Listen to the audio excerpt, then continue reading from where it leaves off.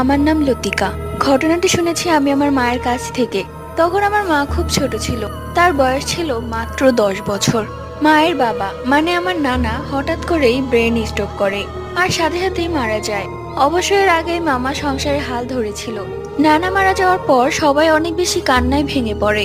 নানার লাশ উঠোনেই রাখা ছিল। নানা যেহেতু রাত 10টার দিকে মারা গেছে, তাই তারা ঠিক করলো ফজরের ওয়াক্তে মাটি দিবে।